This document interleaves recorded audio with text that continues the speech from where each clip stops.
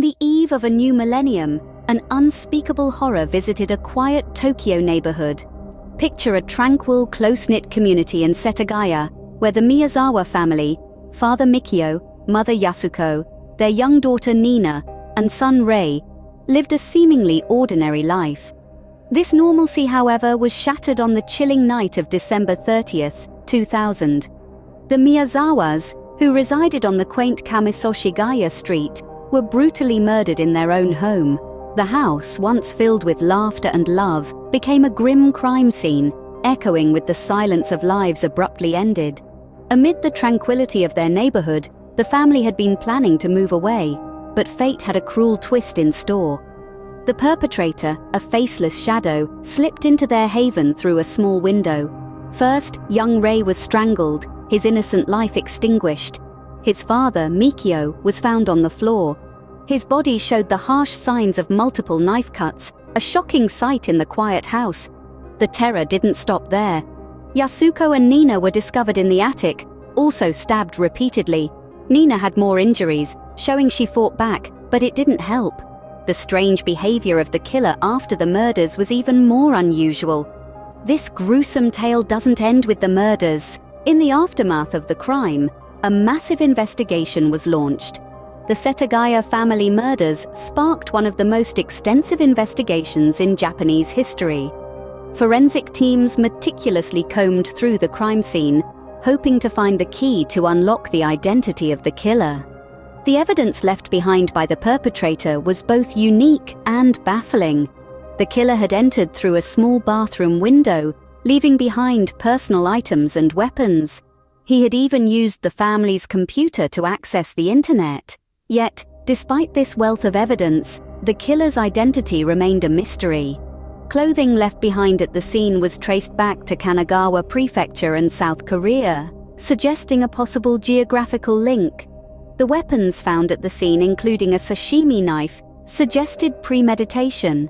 Yet the killer's DNA and fingerprints found at the scene matched no records in the database, creating a dead end for investigators. Adding to the perplexity, investigators discovered that after committing the heinous act, the killer had stayed in the house for several hours. He consumed food from the family's kitchen, used their computer, and disposed of his own belongings in the toilet. It was as if the killer wanted to leave behind a trail, but a trail that led nowhere. Over the years, more than 280,000 officers have been involved in the investigation.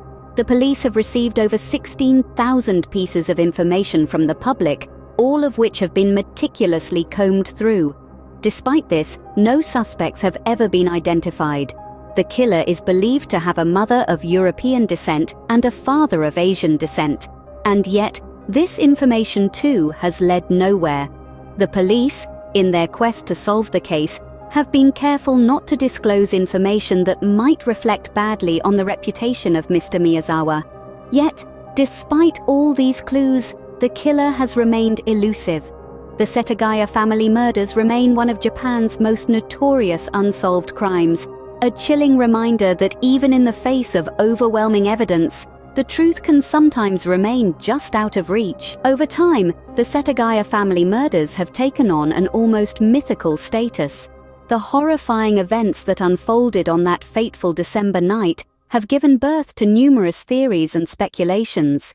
Some believe the killer was a disgruntled neighbor, disturbed by the family's decision to stay, despite others moving away. Others suggest the killer was a member of a motorcycle gang, seeking revenge for perceived disrespect. There are even theories that the killer was a professional hitman, given the brutality and precision of the murders. Yet despite these swirling theories, the identity of the killer remains shrouded in mystery. The only concrete evidence left behind were DNA traces, clothing, and weapons traced back to Kanagawa Prefecture and South Korea.